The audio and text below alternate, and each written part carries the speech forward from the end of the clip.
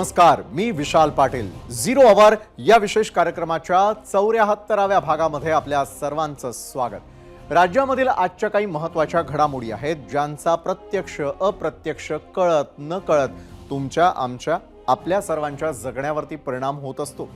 राज्याचे माजी मुख्यमंत्री पृथ्वीराज चव्हाण म्हणजे देशातील एक सुसंस्कृत, अभ्यासू, अनुभवी, जाणता राजकारणी.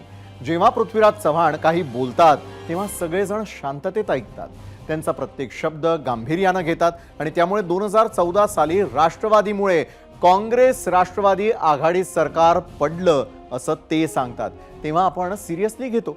काँग्रेस राष्ट्रवादी एकत्र लढले असते तर फडणवीस सरकार सत्तेमध्ये आलं नसतं असं ते सांगतात. तेव्हा आपण ते सिरियसली घेतो. 2014 साली पुन्हा त्यांच्या नेतृत्वाखाली सरकार बनलं असतं तर त्यांच्याच सरकारनं दिलेलं मराठा आरक्षण टिकवलं असतं असं ते सांगतात. तेव्हा ते सिरियसली घेण्या वाचून आपल्यासमोर पर्याय नसतो. अगदी हे सांगायला किंवा कबूल करायला त्यांना बऱ्यापैकी उशीर झाला असला तरी देखील पृथ्वीराज चव्हाणांनी आज असं वक्तव्य केलेलं आहे. नेमकं काय म्हणालेत पृथ्वीराज चव्हाण पाहूयात. मला एक कडक निर्णय घ्यावा लागला राज्य सहकारी बँकेबद्दल की मला ते बोर्ड बरखास्त करावं लागलं, प्रशासक काढावे लागले. मला राजकीय त्याची किंमत खूप मोठी भोगावी लागली. माझं सरकार राष्ट्रवादी काँग्रेसने 14 पाडलं. मला खात्री आहे की माझं सरकार जर पडलं नसतं आणि आम्ही दोघेही राष्ट्रवादी काँग्रेस आणि काँग्रेस मी एकत्र निवडणुकीला सामोरं गेलो असतो 2014 मध्ये आमचंच सरकार आलं असतं, भाजपचं नसतं आलं आणि मराठा आरक्षणाचा प्रश्न देखील मी सोडवला असता. कारण पहिल्यांदा 50 वर्षामध्ये जर मराठा आरक्षणाकरता कोणी निर्णय घेतला तो मी घेतला. ते कोर्टात टिकला नाही कारण आमचं सरकार टिकलं. सरकार असलं तर आम्ही टिकवलं असतं, पण तो आता वेगळा विषय आहे. राजकारणाचं आरक्षणाचं गणित माहिती असलेल्या मोजक्या राजकारण्यांपैकी पृथ्वीराज चव्हाण एक आहेत आणि त्यामुळे याच विषयावरती आम्ही विचारला होता आजचा पहिला प्रश्न. तोच पाहण्यासाठी आपण जाणार आहोत यावेळेला पोल सेंटरला. तर सगळ्यात पहिले नजर टाकूयात आजच्या प्रश्नावर. आजचा प्रश्न होता 2014 साली राष्ट्रवादीनं सरकार पाडलं नसतं तर आम्ही मराठा आरक्षण टिकवलं असतं. पृथ्वीराज चव्हाण यांचा दावा तुम्हाला पटतोय का? पर्याय होता होय आणि नाही. त्यानंतर आलेल्या तुमच्या प्रतिक्रिया काय सांगतायत यावरती देखील एक नजर टाकूयात. याच्यावरती नजर टाकणार आहोतच, मात्र याच प्रश्नावरती आपल्याला तुमच्या प्रतिक्रिया आणि कौल पाहायचा आहेच. मात्र त्याआधी पाहूयात राष्ट्रवादी काँग्रेसचे ज्येष्ठ नेते प्रफुल्ल पटेल यांनी पृथ्वीराज चव्हाणांच्या वक्तव्यावरती नेमकी काय प्रतिक्रिया दिलेली आहे. हे सगळं म्हणजे ठीक आहे, एकमेकांच्यावर काही चिखलफेक करण्याचा आहे. मी काही याच्यावर फार काही बोलू इच्छित नाही. पण एक नक्की आहे की त्यांना जर राष्ट्रवादी काँग्रेस तेव्हाची, आजची राष्ट्रवादी काँग्रेस वेगळी आहे, अजित पवारांची राष्ट्रवादी काँग्रेस पार्टी आहे, पण त्यावेळेसची आम्ही एकत्र असताना जे राष्ट्रवादी काँग्रेस पार्टी जर त्यांना एवढी पसंत नव्हती किंवा त्यांना वाटते की आमच्यामुळे ते सरकार पडली तर मग त्यांनी परत आमच्याबरोबर युती करायला नको होता आणि ते स्वतः पण आमदार झाले, ते युतीचे उमेदवार म्हणूनच झाले. तर प्रफुल्ल पटेल यांनी ही प्रतिक्रिया देत असताना अतिशय कळीचा मुद्दा उपस्थित केलेला आहे. मात्र तिकडे मनोज जरांगे म्हणतायत मराठा समाजाला सरसकट आरक्षण द्यावं आणि त्यासाठी कुणबी नोंदी तपासा. जे काम राज्य सरकारनं सुरूही केलेलं आहे. तर ओबीसींच्या आरक्षणाला धक्का न लावता मराठ्यांना आरक्षण द्या अशी मागणी करत ओबीसी नेते आक्रमक झालेले आहेत. आणि त्यामुळेच शिंदे सरकार समोर मोठे पेच निर्माण झालेला आहे आणि पेच कसा सोडवला जाऊ शकतो या संदर्भामध्ये सरकार समोर कोणकोणते पर्याय आहेत ते सांगितलेलं आहे ओबीसी नेते आणि माजी खासदार हरिभाऊ राठोड यांनी. तर हरिभाऊ राठोड काय म्हणतात थेट पाहूयात. मराठाला मराठा म्हणून आरक्षण देत आहेत, परंतु सब कॅटेगरीशन करून समजून घ्या. शब्द थोडा वेळ तुम्ही काटला तर अर्थात दुसरा होईल. म्हणजे सरसकट द्यायला माझा सुद्धा विरोध राहील, परंतु त्याच्या पलीकडे जाऊन मराठा समाजाला मराठा म्हणून सगळ्या मराठ्यांना ओबीसी करता येईल. त्यामुळे निकष काय ओबीसी ते आहेतच नाही. कुणबी मराठा एकच आहे ना, कुणबी मराठा एकच आहे. निकष काही नाही, ते मागासवर्गीय आधीच ठरलेलं आहे, गायकवाड समितीने करलेलं आहे.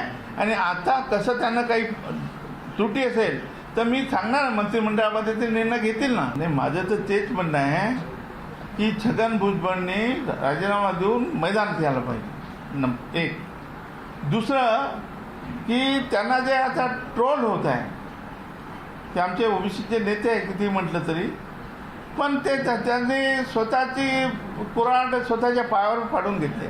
काही गरज होती का याच्यात उडी मारायची? मंत्री आहे ना तुम्ही, सगळं आहे ना तुमच्याकडे. आमच्या सरकारने सांगायचं घे रे बाबा हे 4 पैसे घेऊन जात तिकडे मोर्चा काढ.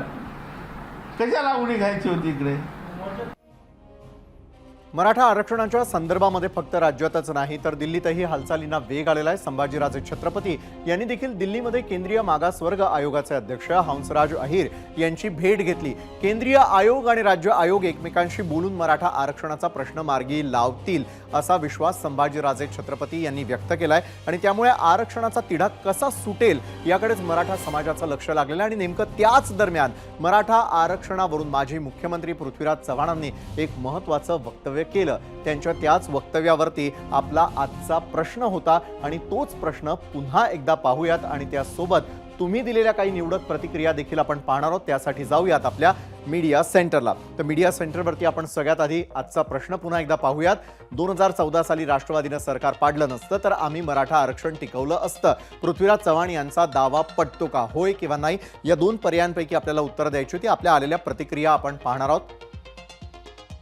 त्यामध्ये सगळ्यात आधी एक्सवरती व्यक्त होत आहेत टिळकराज डाळे. आरक्षण मागण्याची वेळ येणं हे आपलं राजकीय व्यवस्थेचं अपयश असल्याचं टिळकराज मानतायत.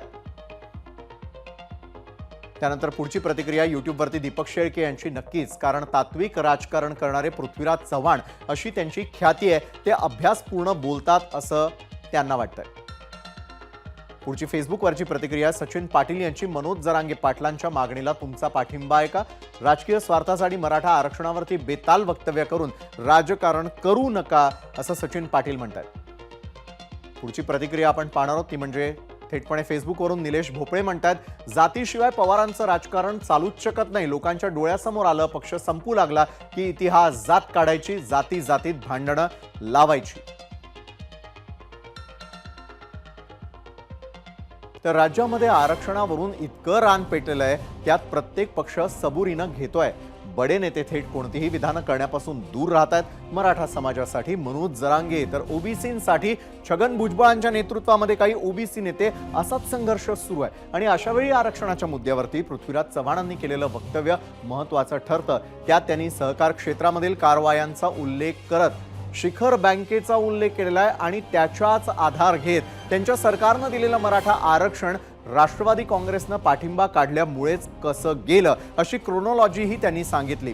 आणि त्यावरच राष्ट्रवादी काँग्रेसची काय भूमिका आहे तेच जाणून घेऊयात. आणि त्यासाठीच आपल्या सोबत असणार आहेत राष्ट्रवादी काँग्रेसचे अजित पवार गटाचे प्रदेशाध्यक्ष सुनील तटकरेजी. तर आपण मीडिया सेंटरवरती गेस्ट सेंटरवरती त्यांना आज आमंत्रित केलेलं आहे. खूप खूप स्वागत आपलं सगळ्यात आधी. आणि पहिला प्रश्न मला खरं तर सुनीलजी असा विचारावा असं वाटतो की पृथ्वीराज चव्हाण ज्या वेळेला व्यक्त होतात तब्बल 10 वर्षांचा कालावधी लागावा आणि मग आज हा मुद्दा त्यांना का उपस्थित करावा असं वाटला?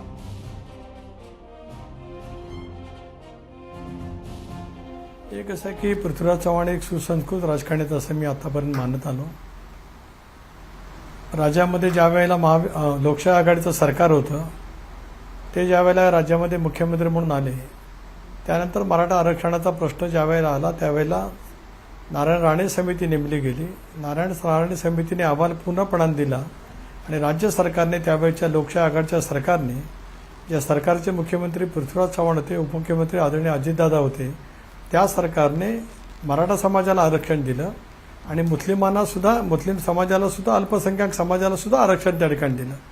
आरक्षणाची प्रक्रिया पूर्ण झाली. त्या पद्धतीने पुढची कारवाई सुद्धा त्या ठिकाणी झाली आणि त्यानंतर निवडणुकीचा कालखंड आला. निवडणुकीच्या कालखंडाच्या नंतर मग उच्च न्यायालयामध्ये काही संस्था गेल्या असतील किंवा काही व्यक्ती गेले असतील, मला फारसं त्या ठिकाणी ज्ञात नाही. परंतु त्यानंतर उच्च न्यायालयाने ते हा जे काही आरक्षण दिलं होतं लोकशाही आघाडीच्या सरकारने ते रद्दबदल ठरवलं. आता मला हे कळू शकत नाही की पृथ्वीराज चव्हाण आज आणि इतके वर्षांनी का म्हणतात की राष्ट्रवादी काँग्रेस पक्षाने पाठिंबा काढला नसता. पाठिंबा केव्हा काढला गेला पृथ्वीराजजी? ज्या वेळेला विधानसभेच्या निवडणूक पूर्व आघाडीची जागा वाटपाच्या संदर्भात आपली चर्चा सुरू होती एका टप्प्यावरती ती चर्चा आली. कराडला आपल्याला अर्ज विधानसभेचा भरायचा होता, तो आपल्याला अधिक महत्त्वाचा वाटला. दोन पक्षाची 15 वर्षाच्या सरकारची निवडणूकपूर्व आघाडीची चर्चा विधानसभा मतदारसंघ जागानी आहे ही करण्याचं आपण टाळलं. बरं. आणि विधानसभेचे अर्ज भरण्याची प्रक्रिया सुद्धा त्या ठिकाणी सुरू झालेली होती. अशा वेळेला कुठल्या जागा बदलून पाहिजेत याची यादी आपण मागवलीत. बरं. मी त्याही वेळेला नेतृत्वाला म्हटलं होतं की आपण ही यादी देऊया नको. आमच्याकडनं आपण यादी घेतलीत, कराडला निघून गेल्यात. ज्या यादी जी जागा बदलून मागितली त्या जागेवरती आपण काँग्रेस पक्षाचे उमेदवार घोषित केलेत. सर्वसाधारणपणाने प्रघात आहे, युती किंवा ज्यावेळेला आघाडी निवडणूक पूर्व होत असते त्यावेळेला आघाडीची घोषणा होईपर्यंत, जागांची संख्या आणि मतदारसंघ घोषित होईपर्यंत उमेदवार ते पक्ष त्या ठिकाणी जाहीर करत नाही. पण आपण ते जाणीवपूर्वक त्या ठिकाणी केलं. त्याच्यामुळे युती आघाडी आपली होत नाही अशी भूमिका एका परीने आपण त्या ठिकाणी केली. आम्ही त्या दिवशी पत्रकार परिषद घेतली आणि मग आम्ही ज्यांच्या जवळ आपली निवडणूक पूर्व आघाडी होणारच नाही त्यांच्यासोबत सरकारमध्ये राहिलेल्या कालावधीमध्ये कशासाठी राहायचं या नैतिकतेच्या मुद्द्यावरती आम्ही सरकारमधून बाहेर पडलो. मला याचं उत्तर आपल्याकडनं पाहिजे की आम्ही पाठिंबा काढला नसता तर हे आरक्षण कसं टिकलं असतं हे जर का आपण सांगितलं तर आमच्या ज्ञानामध्ये त्या ठिकाणी अधिक भर पडेल.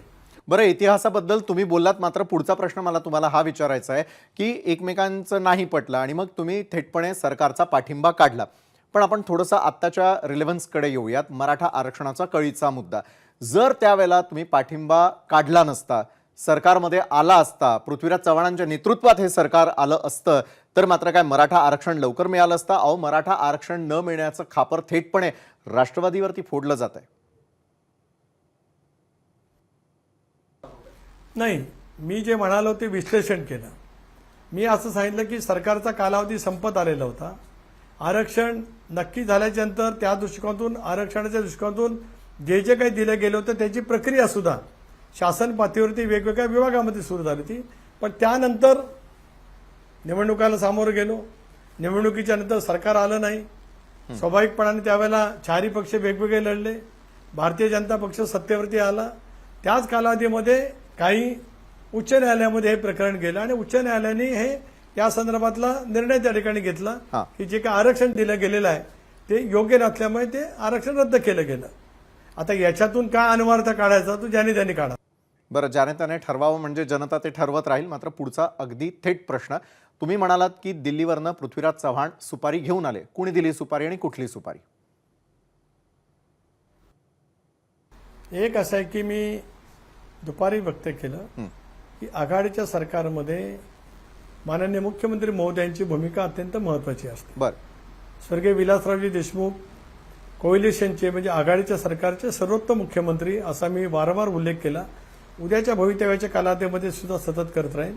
त्यावेळेला दोन्ही पक्षात आणि सुरुवातीच्या कालावधीमध्ये तर 7-8 पक्ष होते. ज्यावेळेला विलासरावांच्या नेतृत्वाखालचं सरकार, भुजबळांच्या नेतृत्वाखालचं सरकार स्थापन झालं ज्याच्यामध्ये मी राज्यमंत्री होतो. त्याला अनेक पक्षांचं सरकार त्यावेळेला होतं.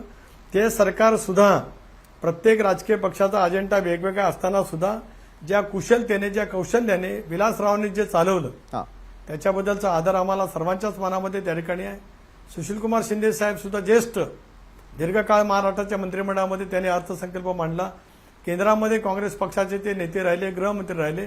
त्यांनी सुद्धा उत्तम पैचं कोalition गव्हर्नमेंट चालवलं. अशोक रावांनी सुद्धा चालवलं. परंतु पृथ्वीराज चव्हाण आल्याच्या नंतर अनेक वेळेला वेगवेगळ्या बाबतीमध्ये जाणीवपूर्वकच राष्ट्रवादी काँग्रेस पक्षाचं खच्चीकरण कसं करता येईल अशा गोष्टी त्यावेळेला नियमितपणाने घडत आल्या. महाराष्ट्राने सुद्धा पाहिलं, राष्ट्रवादी काँग्रेस पक्षाने सुद्धा ते अनुभवलं. बरं सुनीलजी, सध्या छगन भुजबळ जे आहेत ते आपली एक भूमिका घेऊन आहेत मराठा आणि ओबीसी आरक्षणासंदर्भातली. अजित पवार गटाच्या राष्ट्रवादीची देखील ही अधिकृत भूमिका आहे का? राष्ट्रवादी काँग्रेस पक्षाने नियमितपणाने ही भूमिका घेतली की सकल मराठा समाजाला आरक्षण त्या ठिकाणी मिळालंच पाहिजे. कायद्याच्या कसोटीवरती ते आरक्षण मिळालं पाहिजे. 2 वेळेला ते आरक्षण दिलं गेलं. एकदा लोकशाही आघाडीचं सरकार असताना आणि दुसऱ्या वेळेला देवेंद्रच्या नेतृत्वाखालचं सरकार असताना. पहिल्या वेळेला उच्च न्यायालयाने नाकारलं, दुसऱ्या वेळेला उच्च न्यायालयाने ते स्वीकारलं, परंतु सर्वोच्च न्यायालयाने ते नाकारलं. त्यावेळेला मागासवर्ग आयोगाच्या अहवालच त्यांनी सर्वोच्च न्यायालयाने त्या ठिकाणी फेटाळला. आमच्या सर्वांचीच सर्वपक्षीय नेत्यांची सुद्धा हीच भूमिका आहे, कारण सर्वपक्षीय नेत्यांच्या बैठकीमध्ये मी उपस्थित होतो. सरकारची सुद्धा तीच भूमिका आहे. राष्ट्रवादी काँग्रेस पक्षाची सुद्धा तीच भूमिका आहे की मराठा समाजाला आरक्षण दिलं गेलं पाहिजे, पण ते कायद्याच्या कसोटीवरती टिकणारं दिलं गेलं पाहिजे. बरं. सर्वोच्च न्यायालयाने हे आरक्षण रद्दबातल करत असताना जी काही टिप्पणी केली असेल त्याची पूर्तता कशी करता येईल, टिप्पणी केली असेल त्याची, त्या दृष्टिकोनातून सरकार पाऊल त्या ठिकाणी उचलत आहे. धन्यवाद सुनीलजी, आपण या संदर्भामध्ये 0 आवरमध्ये व्यक्त झालात त्यासाठी खूप खूप धन्यवाद. तर एकंदरीतच काय भूमिका आहे हे जाणून घेण्याचा आपण प्रयत्न केलेला होता 0 आवरमध्ये. त्यानंतर आपण तुमचा नेमका पोल काय सांगतो आहे ते देखील पाहणार आहोतच. एबीपी माझा, उघडा डोळे बघा नीट.